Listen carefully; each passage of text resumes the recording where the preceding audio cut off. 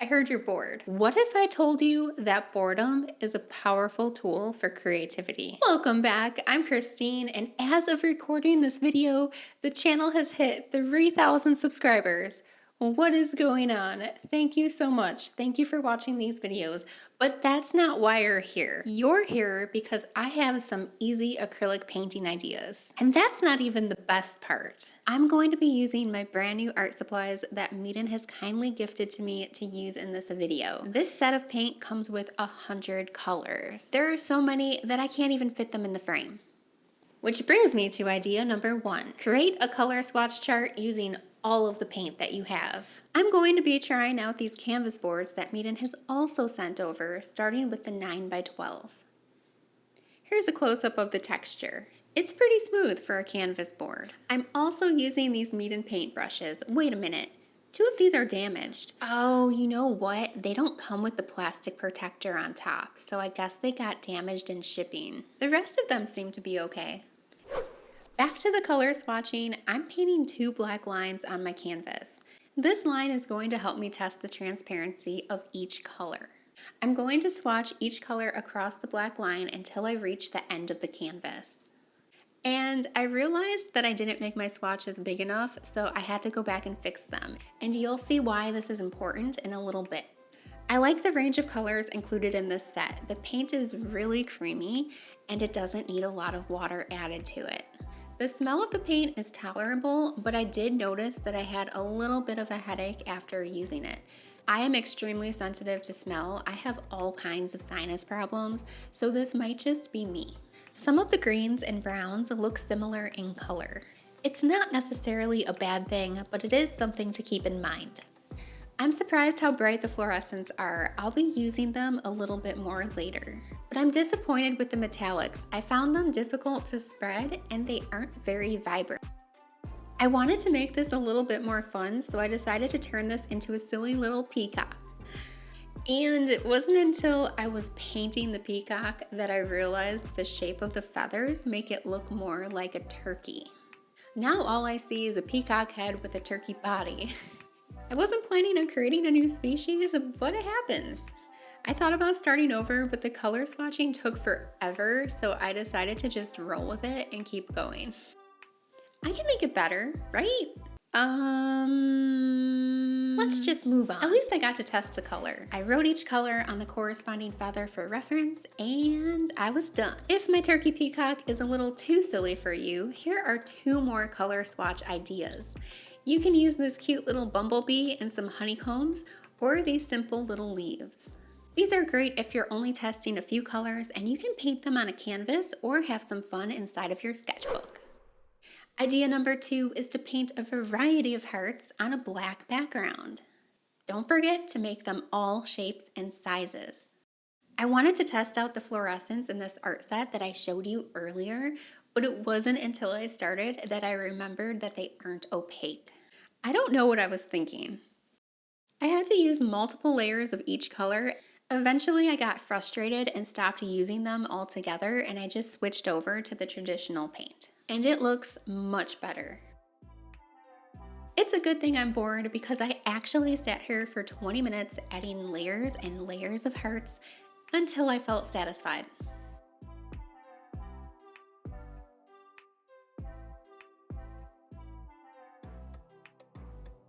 Moving on to idea number 3, paint a vibrant version of any animal. I'm painting the background with this pink pastel color, which oddly enough is the color of my childhood bedroom.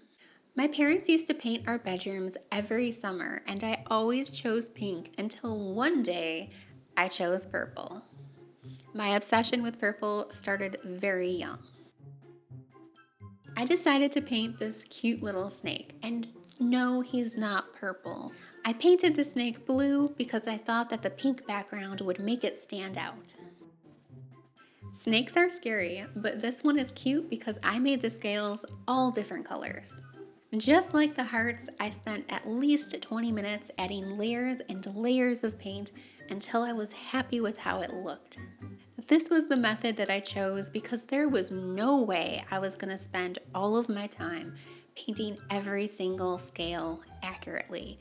I also added a purple shadow, which almost makes it look like it's coming off of the canvas. This method was fun and stress-free. I wanted to keep things easy. It's time for idea number 4. Take a little bit of paint in a cup and create spill art. Oops! Take a little bit of paint and a little bit of water, mix, mix, mix, and pour it on. Okay, that's a little bit boring, so smack it. Do a quick dab with a paper towel and, oh, that worked way too well. I'll mess it up again. I'm going to try the same thing, but this time with purple. And the purple is eating my yellow. I don't know what's going on, but I'm gonna dab it again. Now, while this dries, I have to show you something. This is my MEEDEN paint palette. This is a MEEDEN product that I actually purchased myself. It's the easiest paint palette to clean because all you have to do is add a little bit of water and let it sit. It's been about 5 minutes, and as you can see, the spill painting is still drying, but the paint in the palette is coming off very easily. This is a good time to tell you that if you like any of the products in today's video, you can get 10% off on MEEDEN's website if you use the code COURAGEOUS. Be sure to check out the link in the description box below. Any purchase using my code will directly support my channel because I earn a commission. And I just want to say thank you for being here and thank you for supporting my channel. The spill painting is finally dry, so I'm going to turn it into something. The background looks like a moon and the foreground looks like a forest. This idea is fun because you can start multiple paintings at once. As they dry, you can start painting a landscape or whatever you see on top of them. It's up to you and your imagination. Oops, I can't forget to add the leaves.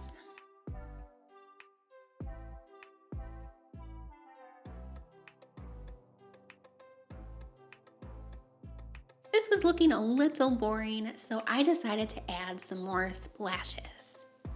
I flicked my paintbrush against the canvas and I used it to move the paint around a little bit to get the effect I wanted.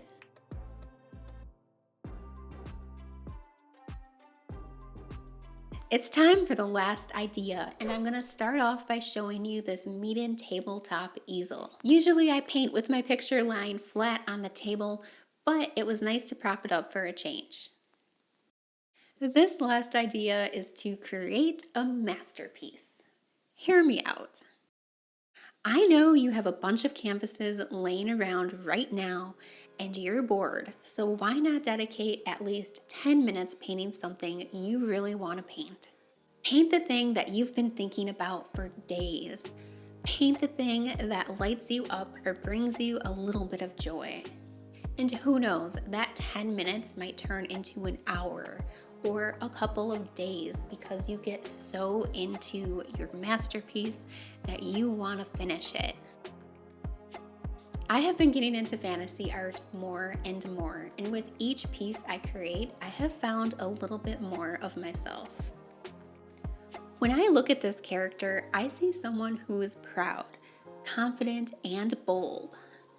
She's a leader, but most importantly, she always shines and doesn't dim her light for anyone. And here's the part where I share the meaning behind this painting.